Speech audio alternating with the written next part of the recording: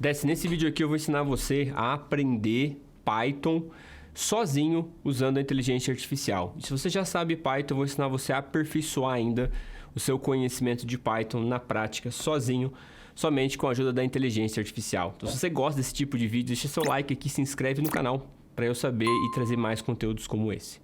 Bom, eu vou ensinar para você primeiro mostrando aqui a nossa inteligência artificial. O que a gente vai usar é a mais tradicional de todas, o ChatGPT. Esse ChatGPT aqui na versão 3.5 é a versão gratuita, então todo mundo tem acesso. Basta você ir até o site do ChatGPT, fazer a sua inscrição no site usando o seu e-mail e aí você vai ter acesso ao ChatGPT do jeito que você está vendo aqui. Isso aqui é um prompt, tá? O que é um prompt? É essa linha de comando aqui embaixo, ó, onde você escreve essa mensagem para o ChatGPT. E a partir daqui que a gente vai nós vamos nos comunicar com ele. O ChatGPT é uma linguagem de grandes modelos, então você conversa com ele através de mensagens. E é isso que a gente vai fazer aqui. A primeira coisa que você tem que fazer é você dizer para o ChatGPT como que ele tem que se comportar. Porque ele foi treinado com uma imensidão de dados de texto de vários contextos diferentes. Então tem biologia, tem matemática, tem dados. E a gente tem que limitar esse contexto dizendo para ele como que nós queremos que ele atue. Então nesse caso eu vou escrever assim, ó, presta atenção. Atue como um analista de dados sênior com domínio total da linguagem de programação Python para análise de dados e me ajude a analisar um conjunto de dados. Então é isso que é essa forma que eu quero que ele se comporte, tá? E aí ele vai de tudo aquilo que ele foi treinar, de todos aqueles contextos, ele vai selecionar somente aqueles textos no qual tem a ver com Python, com análise de dados e assim por diante, tá? E aqui ele já começa a perguntar assim, pô, me dá os detalhes do conjunto de dados que você gostaria de analisar e as perguntas específicas que você tem em mente. Com essas informações eu vou poder ajudar você a realizar essa análise completa usando o Python. Legal. O que a gente vai fazer agora? A gente vai abrir o nosso Google Colab, que é uma outra ferramenta gratuita do Google, muito boa para você aprender programação, análise de dados, ciência de dados e assim por diante. Então, a ferramenta é fundamental para quem está iniciando na área. A primeira coisa que você vai fazer, você vai até o site do Google Colab e se você tem uma conta do Google, automaticamente você vai ter acesso. Depois que você faz a conta do Google e tem acesso, a primeira coisa a fazer é olhar aqui para cima e para a direita para saber se você está conectado aos recursos do Google. Talvez eu tenha mais recursos do que você, porque eu pago o Google Workspace, então toda a empresa está dentro do Google Workspace, então talvez eu tenha mais recursos do que você. Mas aqui eu tenho uma máquina de 12 GB de RAM, né, e 107 de disco, tá? Às vezes até melhor do que a minha máquina física aqui. Então, suficiente para a gente treinar.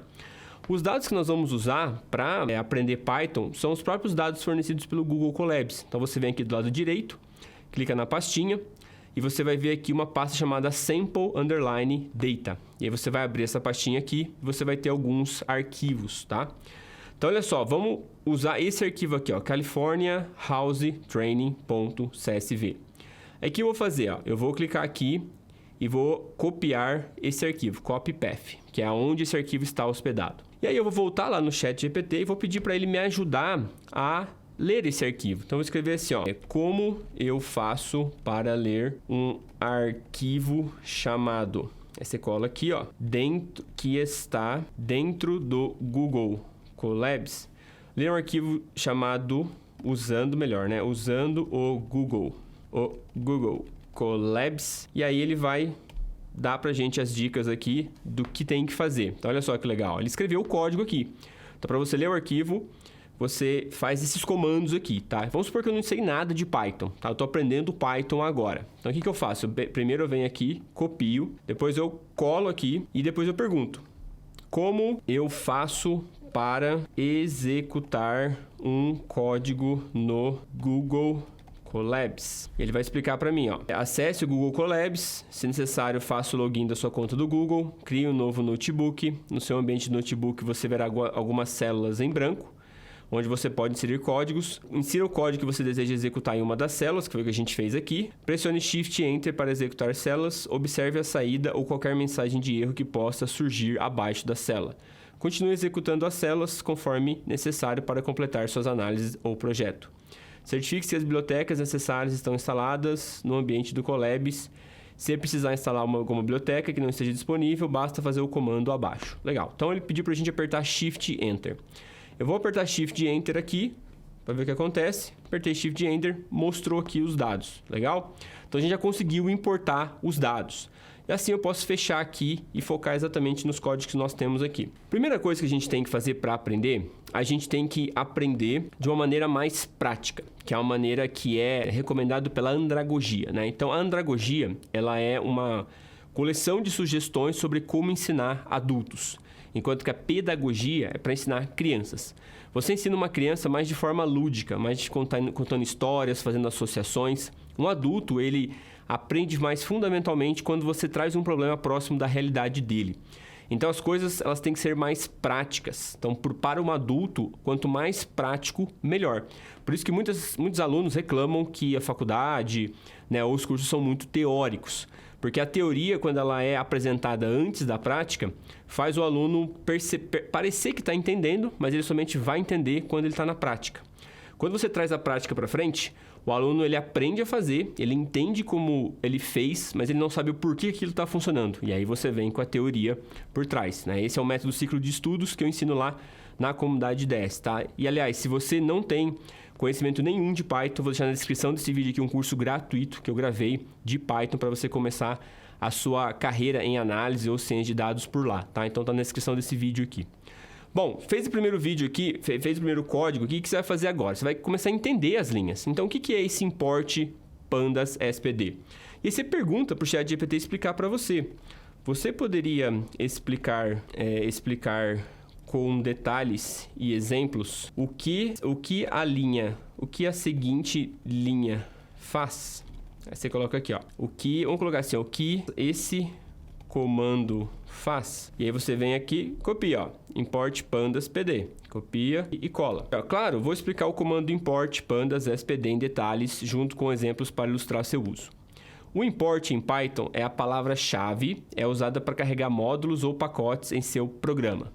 Aqui você, não sei o que é módulo e nem pacotes. Então, o que você faz? Você copia aqui, carregar módulo e pacotes, e aí você anota em algum lugar. Você pode descer até o início aqui mesmo, ó. Passa o seu mouse no meio do notebook, vai aparecer um texto. E você anota aqui, ó. Deixa eu clicar aqui. O que é módulos e pacotes? E deixa aqui, ó. Você vai anotando as dúvidas à medida que ele vai explicando para você. Porque depois a gente vai pedindo para ele explicar mais detalhadamente cada uma das palavras, tá? Não tente entender muitas vezes a frase se você não entender cada palavra em específico, tá? Os módulos são arquivos Python contendo definições e instruções que podem ser reutilizadas em outros programas. Ó, já explicou o que é módulo aqui. Legal.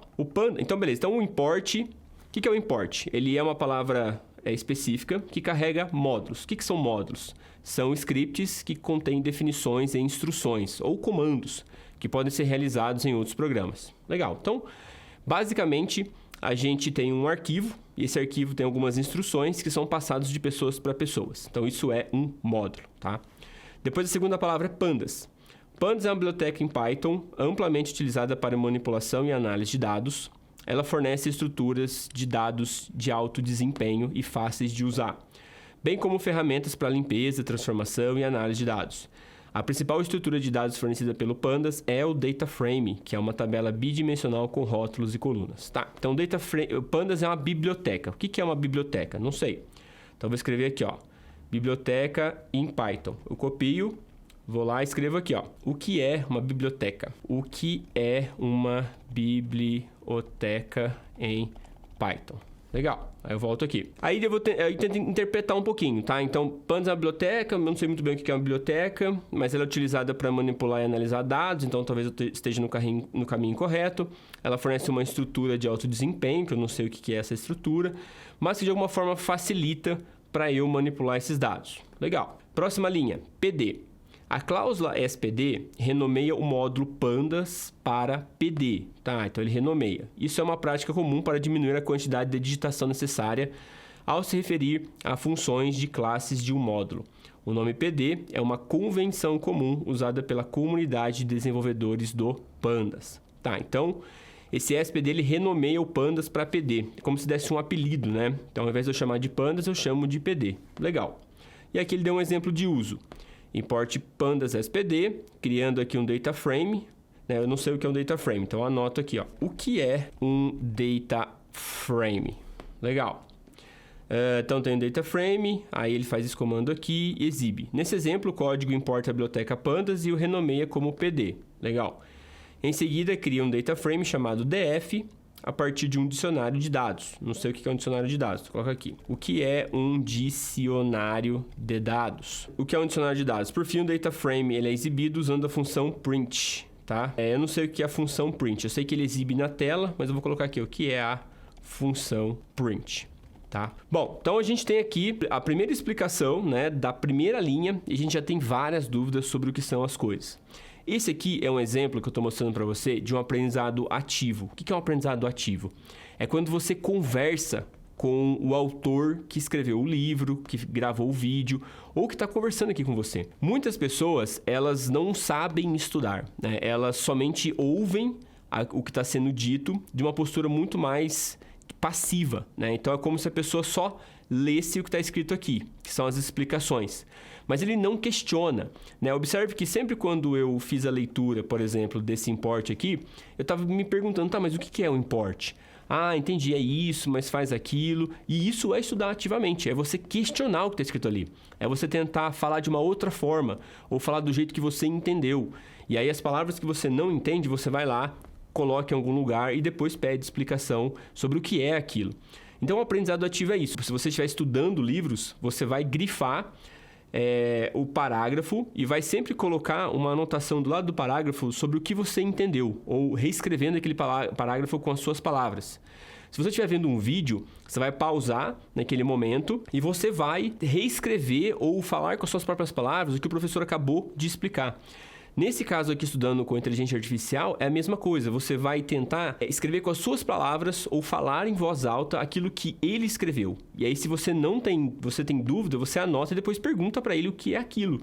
Porque assim você vai construindo o conhecimento. O conhecimento é exatamente essa teia de aranha, né? Você tem o conhecimento sendo construído, tem uma palavra que você não entende, você deriva um outro conhecimento, e quando você termina aquele conhecimento, ele compõe aquele conhecimento principal e você continua estudando. Então, é um aprendizado que a gente chama de não linear, né? Observe que uma frase aqui, um comando, já me gerou esse monte de dúvidas aqui. E aí, o que eu faço? Antes de passar para a próxima linha, que seria essa linha aqui do caminho arquivo, eu vou entender as minhas dúvidas. Senão, eu não vou conseguir nem entender a primeira linha. Então, o que eu faço? Eu venho aqui e pergunto aqui, ó, o que é uma biblioteca em Python? Copio e aí eu escrevo aqui embaixo, ó. Você poderia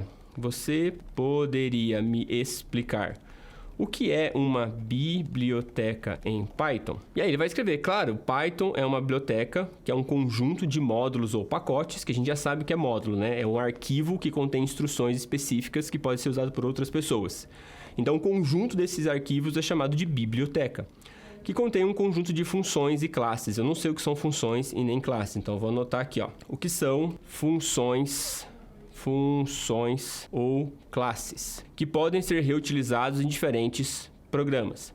A biblioteca em Python são projetadas para resolver problemas específicos ou fornecer funcionalidades adicionais que não estão disponíveis em alguma biblioteca. E aí tem algumas opções aqui, né? Reutilização de código, ampla variação de funcionalidades, facilidade de instalação, documentação abrangente, comunidade ativa. Em resumo, as bibliotecas em Python são recursos poderosos que permitem estender as funcionalidades da linguagem e acelerar o desenvolvimento de software fornecendo soluções pré-criadas para uma ampla gama de problemas. Vamos imaginar que está muito complexo ainda, porque é o seu primeiro contato com a linguagem, você não sabe muito bem. O que você pode fazer? Você pode pedir para ele reexplicar para você, considerando palavras mais simples. Então, você pode fazer assim, ó. Você poderia explicar novamente o que é uma biblioteca de Python usando palavras e termos mais simples a ponto de uma criança de 5 anos entender? E aí ele vai tentar fazer uma explicação mais simples, olha só. Claro, imagine que você está brincando com um grande conjunto. Imagine que você está brincando com um grande conjunto de blocos de construção. Legal. Já lembrei lá do meu pai fazendo construção em casa. Cada bloco tem uma função diferente, certo? Então, o tijolo faz uma coisa, né? Aí tem blocos maiores, blocos menores. Alguns podem ser usados para construir casas, outros para fazer carros e assim por diante. Legal. Então tem blocos de tamanhos diferentes, com ângulos diferentes. Agora, imagine que esses blocos de construção são como as funções e as ferramentas de uma biblioteca de Python. Tá? Então a analogia aqui é bloco de construção e função. Então, se cada bloco de construção tem uma finalidade, uma para construir casa, outra para construir carro, então uma função também tem funcionalidades diferentes. Então, tem uma função que, por exemplo, constrói uma casa, outro constrói um carro e assim por diante. Então, a função, ela se assemelha a um bloco que constrói alguma coisa. Legal. Uma biblioteca em Python é como uma caixa mágica, cheia desses blocos de construção especiais, que podem fazer coisas legais. Por exemplo, alguns desses blocos podem ajudá-lo a fazer cálculos matemáticos. Outros podem ajudá-los a desenhar gráficos bonitos. E outros ainda podem ajudá-lo a trabalhar com palavras ou textos. Olha que incrível, que já ficou mais claro. Essa biblioteca, então, é uma caixa cheia desses blocos. Alguns blocos têm funções específicas. Então, um bloco pode ajudar a fazer cálculos matemáticos. Um outro bloco pode ajudar a desenhar gráfico. Um outro bloco pode trabalhar com palavras e texto. Então, esses blocos, eles têm uma ação específica, uma atividade específica. E esses blocos estão dentro de uma caixa. E essa caixa é o que a gente chama de biblioteca. Esses blocos é o que a gente chama de função. Legal, vamos continuar aqui, ó. Quando você quer fazer algo novo em Python, em vez de ter que criar todos os blocos do zero, você pode abrir essa caixa mágica, que é importar a biblioteca. Olha que incrível essa explicação. E pegar os blocos que precisa. Então, você pode usá-los para construir exatamente o que deseja, de forma rápida e fácil, assim como se estivesse brincando com blocos de construção. Olha que legal! Ao invés de você construir o seu bloco que tem uma função específica, você pode importar essa caixa de blocos, usando aquele comando import, que a gente viu que é aquela primeira linha. E dentro dessa biblioteca que você importou, você pode escolher o bloco que você quiser. Assim, você não precisa ter que refazer o bloco toda vez. Você pode utilizar blocos que foram construídos por outras pessoas. Por exemplo, se você quiser criar uma contagem de quantas vezes uma palavra aparece em uma história, você pode abrir uma caixa mágica, importar a biblioteca chamada pandas ou collection, pega o bloco certo, a função, para fazer isso e usá-lo para contar as palavras. É como se você estivesse pegando um bloco que você sabe contar coisas e eu usando para contar palavras em uma história. Olha que incrível! Você tem uma tarefa que é contar o número de palavras numa história. O que você faz? Você pega a sua caixa de blocos e você escolhe qual é o bloco que já sabe contar palavras dentro de um texto. E você usa aquele bloco. Então, programação, no fundo, é isso. Você importa as bibliotecas. Essas bibliotecas têm os blocos e você usa os blocos certos para fazer a atividade certa. E ele já mostra aqui como que você importa a biblioteca, né? Você faz aquele famoso import pandas e apelida ele de PD, como a gente viu, né? Então, em poucas palavras, uma biblioteca em Python é como uma caixa mágica cheia de blocos de construção especiais que você pode usar para fazer coisas legais no seu computador. Tá vendo como essa explicação é muito mais simples e ele faz uma analogia com blocos de construção, onde a gente começa a entender sobre a experiência real, que é o bloco de construção. A analogia com Python e, portanto, a linguagem de programação fica muito mais simples. Isso foi uma explicação somente dessa linha aqui. E olha quantas coisas a gente precisa aprender daqui para baixo, em termos de todas as linhas. Então, esse é o segredo. Você vai anotando aquilo que você não entende e pede para a inteligência artificial explicar para você como se fosse uma criança de 5 anos. E aí você pode pedir para ele trazer exemplos para você também. Então, você pode pedir assim, ó, você poderia trazer 5 exemplos de bibliotecas mais comuns em Python. E aí ele vai explicar 5 bibliotecas aqui, ó. Pandas, então você sabe que é uma caixa mágica que tem vários bloquinhos para manipulação e análise de dados. Você sabe que o NumPy, ele é uma biblioteca, ou seja, uma caixa mágica cheia de bloquinhos para você fazer computação numérica, fazer cálculos. Você tem Matplotlib, que é uma biblioteca que tem vários bloquinhos para você construir visualizações de dados. Você tem o Scikit-learn, que é uma biblioteca de aprendizado de máquina, ou seja, tem vários bloquinhos para você treinar algoritmos. Você tem a Requests, que é uma biblioteca que facilita o envio HTTP, né? Então requisições através da internet. É um bloquinho com funções que fazem isso. Então são as bibliotecas mais poderosas. E aí você pode pedir também para ele criar algumas questões. Então peça para ele assim, ó, crie 3 questões de múltipla escolha com 5 alternativas, sendo somente uma correta, sobre o tópico de bibliotecas em Python. Assinale a alternativa correta de cada questão no final. E aí você dá um Enter aqui, ó. E o que ele vai fazer? Ele vai criar para você as perguntas, ó. Tá vendo? Ele cria as perguntas, qual o nome das seguintes bibliotecas é comumente usada para manipulação de dados em Python. Ele dá as alternativas e mostra também a alternativa correta. Então você consegue ter aí um amigo de estudo, uma pessoa que te ajude a estudar, a entender conceitos complexos de uma maneira mais simples. Isso consegue dar uma velocidade muito grande no seu aprendizado, principalmente nos seus estudos. Então use a inteligência artificial como um parceiro de estudos. É para isso que serve, né? Ao invés de ficar pensando aí o quanto ela vai substituir o seu trabalho, pense em como você pode potencializar suas habilidades usando a inteligência artificial.